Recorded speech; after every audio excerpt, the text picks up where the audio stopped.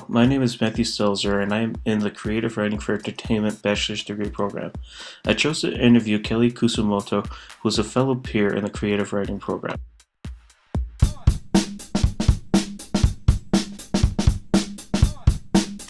Visual arts permeate society as we know it.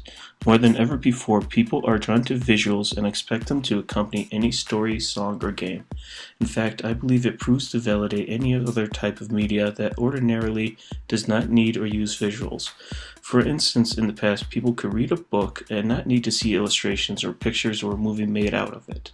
Nowadays, it is almost mandatory for a movie to be made out of a successful book. In essence, a book is not completely successful today unless a movie and/or a video game or TV show is made from it. There are good and bad consequences that come from visual arts. The main concern is that we, as a society today, may rely too much on visual media and too little on our own imagination.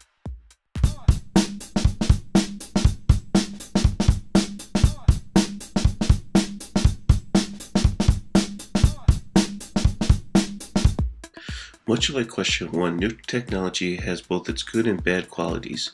Instant news is definitely a good thing. Knowing about and seeing the damage of a disaster or traffic jam or change in the weather is absolutely good. At the same time, there is so much information that it just comes and goes and no one pays particular attention to any of it. In essence, we become more desensitized to calamity and disaster. As for the creative writing industry, I believe technology gives us great opportunity to expose ourselves. Yet with all of the do-it-yourself writers out there, it is hard to filter out the good for the mediocre. It takes more work than one is normally willing to do, and in a crowded field where it is hard to stand out, this is not so much a good thing. We have to become even more creative in order to rise to this top.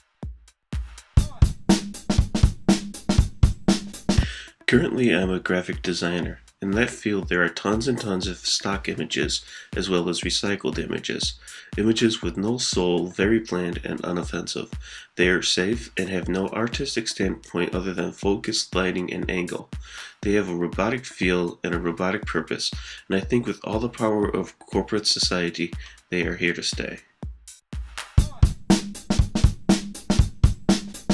My favorite style of visual art is one that contains persuasion. Ansel Adams is a great example of how a photographer can persuade his audience to want to go to the places in his photographs. Yellowstone Park, Yosemite, the Grand Canyon, Mount McKinley, the list goes on and on. With each image there is so much depth and beauty he persuades you to believe, if just for a moment, that that place is the best on earth. Knowing what goes into any piece of art, whether it's the composing and arranging of a song, the writing of a great novel, or the painting of a great landscape, greatly helps my understanding of what it takes to be great. Not every idea will come to fruition. Not every first draft will be perfect. It takes hard work and perseverance, not to mention a lot of humility and being able to take criticism well, even when it's from people who don't know what they are talking about. Those are the people you need to impress the most, because they will most likely be the ones who will be buying it. Anytime I see something greater than my ability, it makes me realize how much harder I have to work in order to get where I want to be. Unless you are Da Vinci or Einstein, there will always be people smarter and stronger than you, but it is your heart and drive that will keep you going on the road to perfection.